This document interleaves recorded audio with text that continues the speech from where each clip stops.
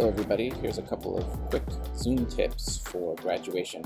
First of all, if you want to change your background, you click this arrow next to stop video, choose virtual background, and instead of none, what you're going to do is press that plus, add image, and then I'm going to have given you the image that everyone is using who's graduating, if they want.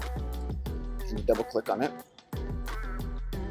and there it is. You can exit right out, and here I am.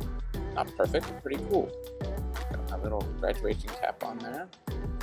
To close the window, you simply press this arrow and then close.